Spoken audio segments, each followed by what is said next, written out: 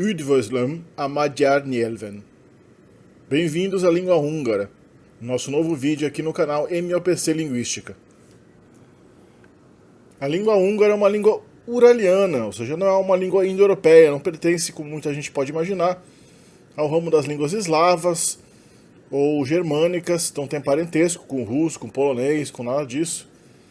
É uma língua que pertence à família uraliana. Quem assistiu já no canal aqui o vídeo de língua finlandesa já viu um pouco sobre essa família. Vamos voltar aqui para a árvore genealógica, a árvore evolutiva das línguas uralianas ou urálicas, que inclui, como a gente vê aqui, os ramos lapão e samoiédico, que são os ramos mais divergentes dessa família, e aí no meio a gente vê os ramos que são considerados fino-úgricos, inclusive o ramo fínico, que inclui não só o finlandês, como também o estoniano e línguas ali próximas, as línguas morduínas, o ramo permiano, o tcheremisso, ou mari, e o ramo úgrico, que inclui não só o húngaro, como também os dois parentes mais próximos do húngaro, o canti, tradicionalmente conhecido como ostiak, e o mansi, tradicionalmente conhecido como vogul, duas línguas faladas no norte da Rússia atual, na região dos Montes Urais, já indo para a Sibéria, como a gente vê aqui nesse mapa a seguir, o mapa que mostra a posição atual das línguas uralianas no mundo. A gente tem o ramo das línguas como o finlandês e as línguas lapônicas, aí no norte da Escandinávia, mas na região no norte da Rússia e do centro da Rússia a gente tem as outras línguas que hoje são línguas praticamente tribais, né? A gente vê o húngaro no destaque aí na parte de baixo da imagem, tem um enxerto do mapa da Europa Central, onde o húngaro é claramente localizado, lógico, na Hungria. O húngaro está praticamente confinado à Hungria, e os parentes mais próximos do húngaro a gente vê que estão lá no norte, da parte central da Rússia, o mansi e o canti. Só que o húngaro, de acordo com a pesquisa histórica, se destacou do ancestral comum que ele tem com essas outras duas línguas úgricas há pelo menos uns 2.700 anos. Ou seja, ele se destacou antes mesmo da Grécia Antiga existir, da Grécia Clássica existir, antes mesmo do Império Romano, antes mesmo de Aristóteles nascer. Quando Sócrates estava no calcanhar da bisavó dele, os úgricos, os povos úgricos começaram a se separar, e esse ramo que deu origem ao húngaro começou a migrar em direção à parte mais europeia do que é a Rússia, até que, por volta do ano 700, 800, depois de Cristo, os magiares, como é o nome que os húngaros dão a si mesmos, os magiares, eles vão chegando na Europa, e há registro de que, ali, por parte dos europeus medievais, de uma tribo de magiares, né? Só que eles acabaram recebendo não o nome que eles dão a si mesmos, sim o nome de Ongur, de onde vem a palavra húngaro. Ongur é o termo 10 flechas, que era uma confederação de 10 tribos centro-asiáticas que existia naquela região da Europa Oriental, da Rússia, na Idade Média. E também começa a haver uma associação entre essa tribo das 10 flechas. Também uma associação, como a gente já viu no vídeo aqui do Átila, o Huno, que língua falava Átila, o Huno, aqui no canal. E nesse vídeo eu explico que o Átila não era húngaro, embora haja desde aquela época uma associação entre os húngaros e os hunos por causa da similaridade do nome e por causa da origem asiática, barbárica também. Só por volta de 895 os húngaros ou magiares são unificados pelo primeiro rei da Hungria, o rei Arpad, que naquela época era dito como descendente de Átila, algo que é, historicamente, com toda a probabilidade, falso. Em 972, os magiares se convertem ao cristianismo. Em 1006, eles adotam o latim como língua oficial da Hungria, algo que perduraria até 1844. O latim teria uma influência bastante duradoura sobre o húngaro. Em 1222, os húngaros adotam a chamada Bula Dourada, Aranibula, que se torna a primeira constituição de um povo da Europa continental, ou seja, perde apenas para a Magna Carta dos ingleses. Em 1439, os hussitas, os proto-protestantes hussitas, traduzem para o húngaro a Bíblia. E entre 1526 e 1699 ocorrem as famosas guerras húngaro-otomanas. A Hungria, por ficar ali encostada nos Balcãs, recebe várias investidas, tentativas de invasão por parte do Império Otomano, que na época dominava toda a região dos Balcãs. Em 1526, a Hungria perde uma das batalhas principais contra os turcos, que é a Batalha de Mohács, que acaba matando o rei húngaro. O país fica dividido em três até 1699, quando a monarquia húngara é restabelecida, e no século XIX a Hungria se associa definitivamente à Áustria, criando o Império Austro-Húngaro, que seria dissolvido apenas depois da Primeira Guerra Mundial. Com a Primeira Guerra Mundial e a derrota do Império Austro-Húngaro nessa guerra, a própria Hungria perde uma quantidade muito grande de território. A gente vê aqui nesse mapa, em verde a gente vê a região que era dominada pelas falantes de húngaro, historicamente, e depois dessa guerra, boa parte desse território acaba passando para Eslováquia, para a Romênia. A Transilvânia, que historicamente pertenceu sempre à Hungria e ao Império Austro-Húngaro, passa definitivamente à Romênia depois da Primeira Guerra Mundial. Podem ver explicado aqui no vídeo de Romeno, no canal. E também as possessões da Croácia são perdidas por parte da Hungria, e a Hungria fica sem acesso ao mar. Depois da Segunda Guerra Mundial, a Hungria acaba entrando para o bloco dos países socialistas da Europa, as ditaduras marxistas da Europa. Em 1956, a Hungria tenta se rebelar contra o domínio soviético, a imposição de uma política sempre alinhada com a União Soviética, e a União Soviética invade a Hungria, chamada Revolução Húngara, para impedir que a Hungria conseguisse realmente se livrar do imperialismo ali, da ditadura socialista dos soviéticos. Mas nos anos 80, a Hungria se torna um dos primeiros países do bloco das ditaduras marxistas a se livrar desse problema e a liberalizar a economia, democratizar o país, abrir suas fronteiras. Alguns anos depois do Muro de Berlim acaba, e como a gente sabe, a Europa Oriental abandona o sistema ditatorial marxista e, no século XXI, a Hungria entra para a União Europeia. Hoje a língua húngara tem cerca de 10 milhões, 11 milhões de falantes, os quais 9 milhões e meio são os húngaros. Praticamente todo mundo na Hungria fala húngaro, existem algumas pequenas minorias. Existe uma substancial minoria de húngaros, especialmente na região da Transilvânia, que pertence à Romênia, no norte da Croácia, na região da Eslavônia, que é a região que faz fronteira com a Hungria, e também na Eslováquia, que por muitos anos foi um território em grande parte incorporado pela Hungria, e também, obviamente, na Áustria. Antes de continuar com o vídeo, não se esqueça também de contribuir para o canal através do Apoia-se, através do PayPal ou através de algum outro método listado aí abaixo do vídeo, na descrição ou nos comentários. Eu agradeço a todos aqueles que já estão contribuindo aqui para o canal. Meu obrigado. Quanto à fonética, a língua húngara é uma língua relativamente típica do que você pode esperar de uma língua uraliana, por um lado, e também de uma língua centro-europeia, pelo outro, pelo fato de estar há muitos e muitos séculos, mais de 1000 anos, que eles estão ali envoltos por vários povos europeus, principalmente os eslavos, os latinos da Romênia, alguns outros povos ali germânicos, também a influência do alemão. O húngaro hoje tem uma fonética relativamente tipicamente europeia. A ortografia húngara é um pouco peculiar, ela segue mais ou menos os padrões que a gente vê nas línguas da Europa Oriental, como nas línguas eslavas. Por exemplo, a letra C representa a africada ts, nunca representa o som de K, representa sempre ts. Uma peculiaridade é que a letra S na ortografia húngara representa o som do chiado, ou seja, a fricativa pós-alveolar surda, sh. Para você fazer o som do S, o húngaro tem que colocar um Z depois da letra S, que é bastante estranho, né? Acho que é a única língua que usa o alfabeto latino que não usa a letra S para representar o som da fricativa alveolar s. O C seguido de S, como o S por si só já tem um som de chiado, então o C seguido de S representa o som de tchá. O Z seguido de S, ele faz o S ficar sonoro, ou seja, em vez de ser sh, ele vira j, no som do nosso J. O G seguido de Y tem o som de uma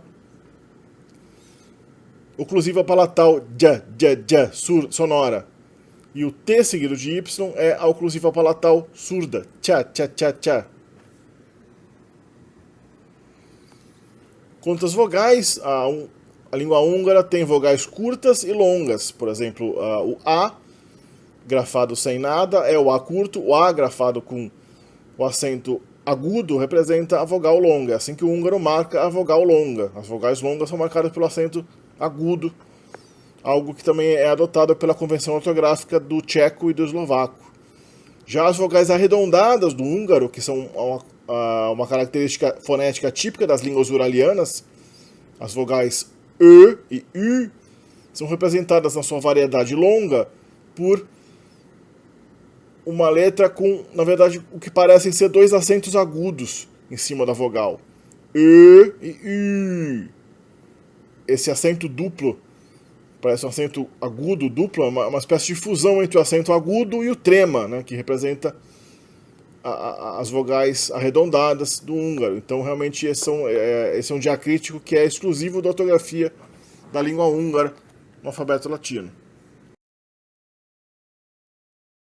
Regisztrációval sokat nyagatni, még egyetlen egy kérdés. Itt volt tegnap László Imre, volt főorvos, volt kórházigazgató, most már ő polgármester. Megemlítettem neki azt, amit Rogán Antal mondott, hogyha valaki nem regisztrál, és akár krónikus beteg is, hátrébb csúszhat, hogyha nincs regisztrálva. Ő azt mondta, hogy ez egész egyszerűen lehetetlen, hogy ez így legyen, ezt a szakma nem fogja megengedni. Most a szakmát kérdezem, hogy ez előfordulhat-e? Nincs még meghatározva a sorrend. Tehát minden ország meg fogja határozni azt, hogy az oltás milyen sorrendben fog megtörténni. Alapvetően két iskola van.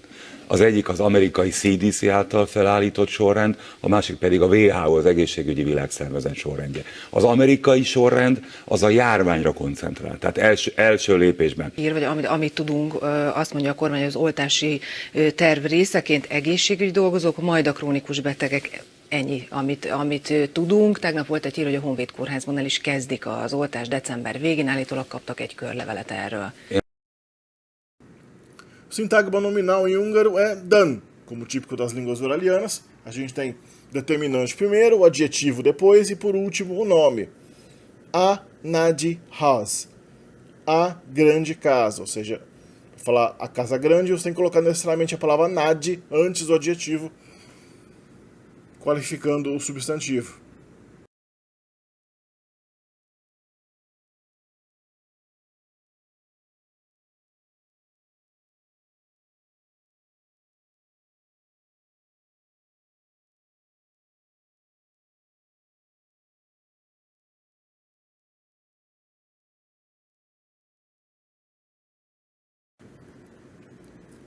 O húngaro é peculiar, porque ao contrário da maioria das línguas uralianas, na verdade ao contrário da maioria das línguas do mundo, e também ao contrário do que acontece até mesmo nas línguas da Europa Oriental, como nas línguas eslavas, o húngaro tem um artigo definido, que é esse A que a gente viu aí.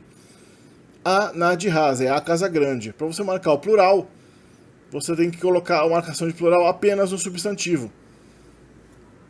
Aí o plural é marcado pelo sufixo ak ou ek, dependendo das circunstâncias. Depois a gente vai ver a harmonia vocálica, a variação das vogais do húngaro. Apenas o substantivo sofre a flexão de plural, ou então o último elemento do sintagma nominal. Por exemplo, esse é o demonstrativo. Esse. O demonstrativo ele tem que ser ainda acompanhado, ele não dispensa o artigo definido. Então você não fala essa casa, essa grande casa, você fala essa a grande casa. O artigo definido fica, ele convive com o demonstrativo, uma coisa bastante estranha do húngaro, né? É muito raro isso acontecer no mundo, se bem que no árabe isso acontece também, nas línguas semíticas também. O húngaro também pode usar o numeral 1 como artigo indefinido. Egy nagy ház, uma casa grande. Você pode usar o adjetivo, né, numa frase qualificativa, você vê que ele vem depois, né? Se você quiser falar, por exemplo, a casa é grande, você fala ahas nadi. Não precisa usar o verbo ser no presente, depois a gente vai ver como funciona o verbo ser no húngaro. Mas aí, nesse caso, o adjetivo vai para o plural. Ele recebe uma marcação de plural como substantivo. Aí, ahazak nagyok. As casas são grandes. Ou, no negativo, ahazak nem nagyok. O húngaro tem posposições que vão sufixadas no sintagma nominal. Eles vão sufixadas no último elemento do sintagma nominal, que quase sempre é o nome. Anadi hasban. A casa grande em. Esse ban no final é a preposição, ou caso aí, a posposição sufixada em, que indica local. Então é na casa grande. Se você colocar no plural a palavra casa, você coloca a posposição ban no final da palavra, depois da marcação de plural. Anad hazakban. Nas casas grandes. Anad hasbol. Anad hazakbol. Das casas grandes, no sentido de origem. É um ablativo do húngaro. Se você usa um sintagma nominal onde o substantivo está omitido por alguma razão, a preposição, aliás, a posposição sufixada vai sufixada ao adjetivo, por exemplo. Se você quer perguntar, por exemplo, em qual casa, e você responder, por exemplo, na grande, no sentido na casa grande, eu omiti a palavra has, que é casa, aí o ban vai sufixado à palavra nad, que é grande. Então aí anadban. E no plural você marca o substantivo. No plural, você marca o plural do adjetivo com ok no final, anadiok, os grandes, e coloca também a preposição no final, anadiokban, nas grandes.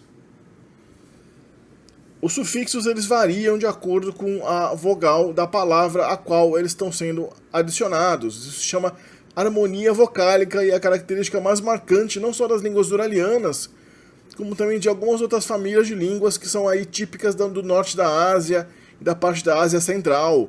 Então assistam aqui também o vídeo de línguas túrquicas. As línguas túrquicas têm exatamente essa mesma característica. As preposições são sufixos nas palavras e a vogal dos sufixos varia de acordo com a vogal da palavra a qual ele está sendo colocado, na qual ele está sendo colocado. Então a gente vê aqui anad hasbol, é na casa grande, como a gente já viu, mas se a palavra for sekreni, que é armário, fica anad sekreni böl. A vogal O muda para Ö. No plural também, porque aí você vê que a marcação de plural, que no caso de has é ak, né? Has, que é casa, faz hazak, casas. Sekreni faz sekreniek, armários. E daí o sufixo preposicional bol vira böl também, porque a vogal traseira O tem que virar uma vogal dianteira Ö. Então existe uma harmonia vocálica. Tá? As línguas uralianas quase todas têm isso. O estoniano perdeu essa característica, mas o finlandês também tem. As línguas túrquicas também, na sua maioria, também têm essa característica. E as línguas mongólicas e tungúzicas da Ásia também têm essa característica. Existe uma sufixação muito rica nessas línguas e o sufixo sempre tem uma harmonização vocálica com a raiz a qual ele está sendo adicionado. Isso é muito interessante e deve ser fruto não de uma origem comum dessas línguas, mas sim de uma convivência muito prolongada entre os povos falantes de antigas línguas uralianas, talvez até o proto-uraliano, que deve ter existido há cerca de 4.000 anos, as línguas proto-túrquicas e as línguas proto-mongólicas e proto-tungúzicas. Alguns cientistas até falam que o antigo japonês e o antigo coreano eram parentes das línguas tungúzicas e tinham harmonia vocálica nas suas versões antigas. O antigo japonês, cerca de 2.000, 3.000 anos atrás, exibia características de harmonia vocálica no seu processo de sufixação. Por muitos anos se acreditou na tese da família uralo-altaica. Seria uma família que englobaria as línguas túrquicas, as línguas mongólicas e as línguas urálicas e talvez o tungúzico. Mas hoje a gente sabe que essas similaridades, como harmonia vocálica e algum vocabulário que elas compartilham, são frutos do contato posterior à formação das línguas e não da origem comum. Aqui a gente vê o paradigma completo da marcação de caso, ou seja, as posposições sufixadas, também chamado de declinação embora não seja bem uma declinação aos moldes indo-europeus, porque na verdade é um processo bem mecânico, né? A gente tem uma série de postposições que que essencialmente preservam sua forma em todos os casos, varia apenas a vogal dela de acordo com a harmonia vocálica. E uma vez que você sabe marcar a preposição, colocar a preposição, uma vez que você sabe colocar essas postposições em uma palavra, você coloca em praticamente todas, porque também não existe gênero gramatical nas línguas duralianas.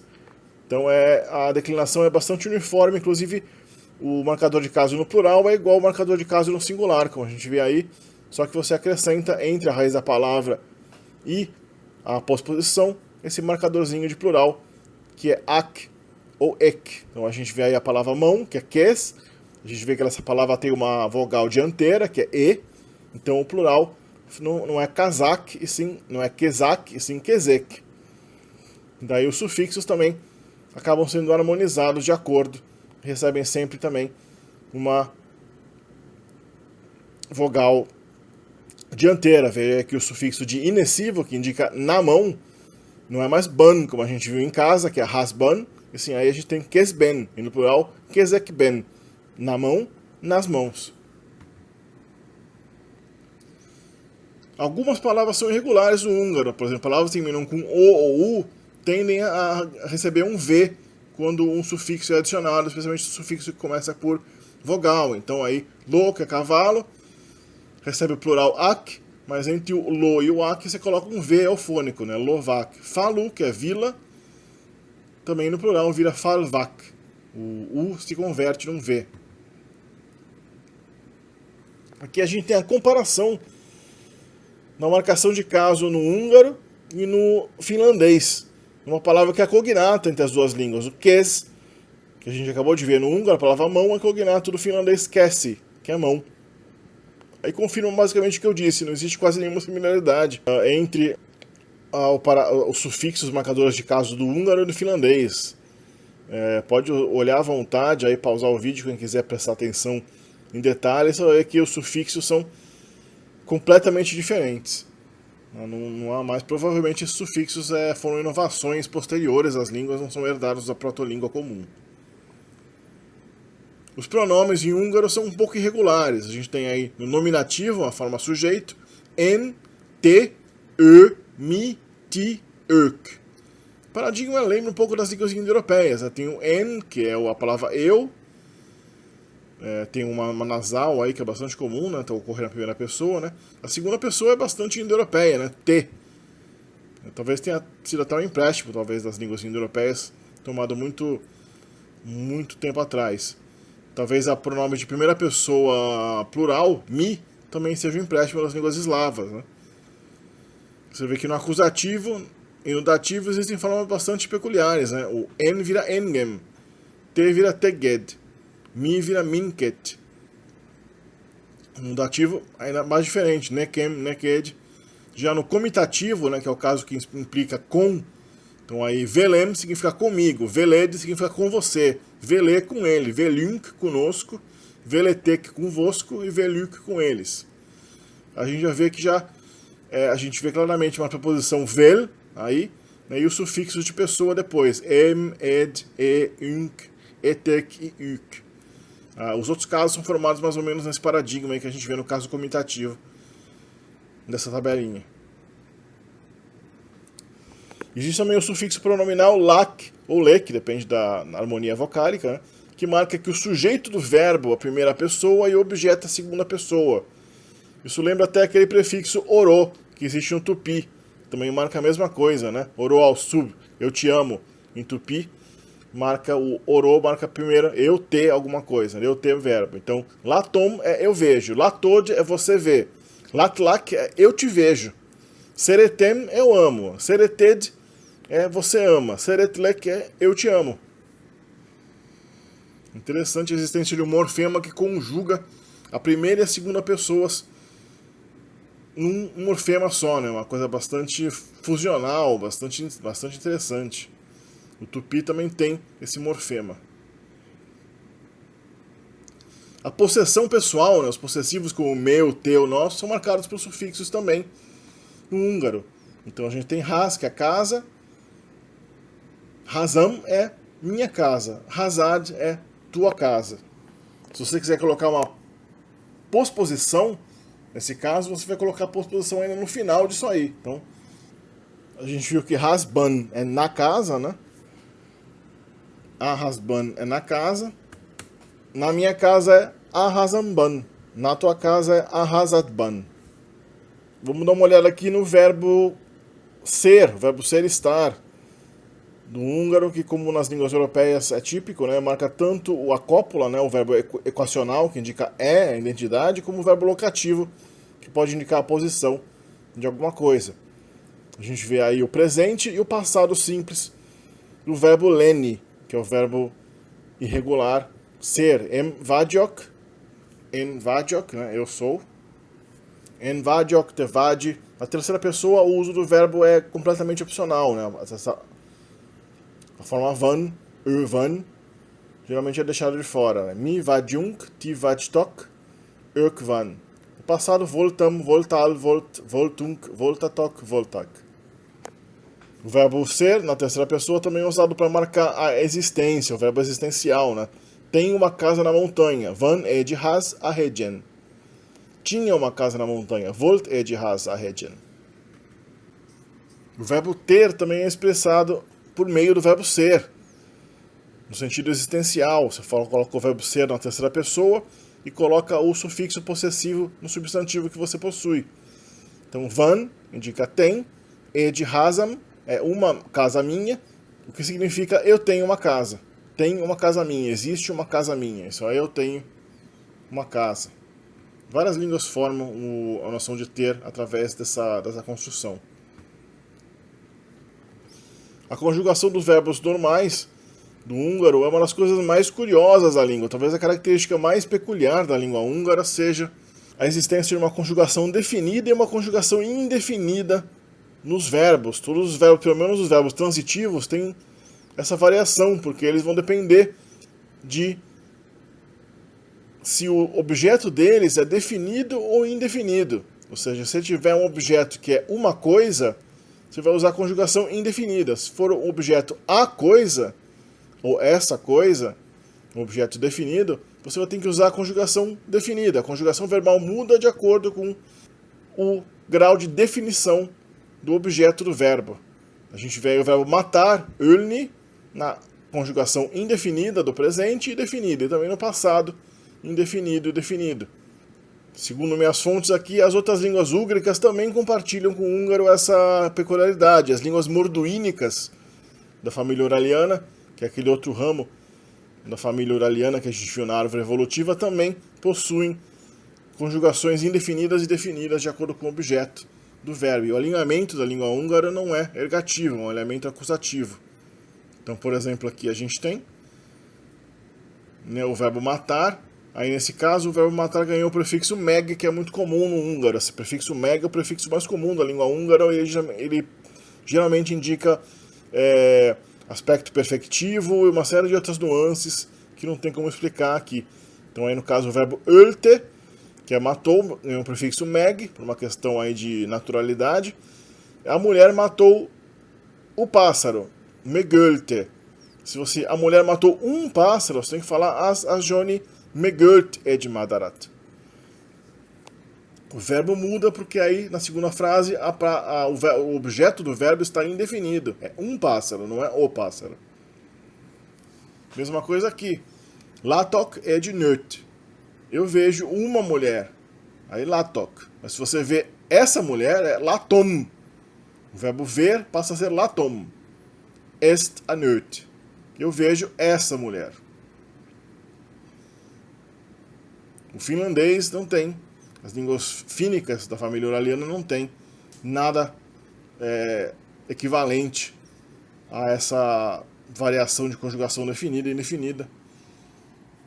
O finlandês é curioso porque ele usa às vezes o partitivo para indicar se o objeto é definido ou não, como vocês devem ver no vídeo de finlandês aqui no canal. Bom, espero que esse vídeo tenha sido bastante elucidativo, né, sobre a língua húngara. É uma língua bastante diferente das línguas indo-europeias. A gente pensa muitas vezes no basco como um estranho no ninho na Europa, mas o húngaro também é um belo de um estranho no ninho aí na Europa também, e falado por muito mais gente. O húngaro tem mais de 10 milhões de falantes e é realmente o maior estranho não indo-europeu da Europa. Não se esqueçam de deixar seus likes, se inscrever no canal, ativar as notificações. Deixe um comentário também aí embaixo comentando sobre o vídeo, né? E também sugerindo tópicos que vocês querem saber e deixando suas dúvidas gerais do mundo da linguística aqui embaixo do vídeo, né? E também não se esqueçam de considerar uma contribuição para o canal através do Apoia-se, né?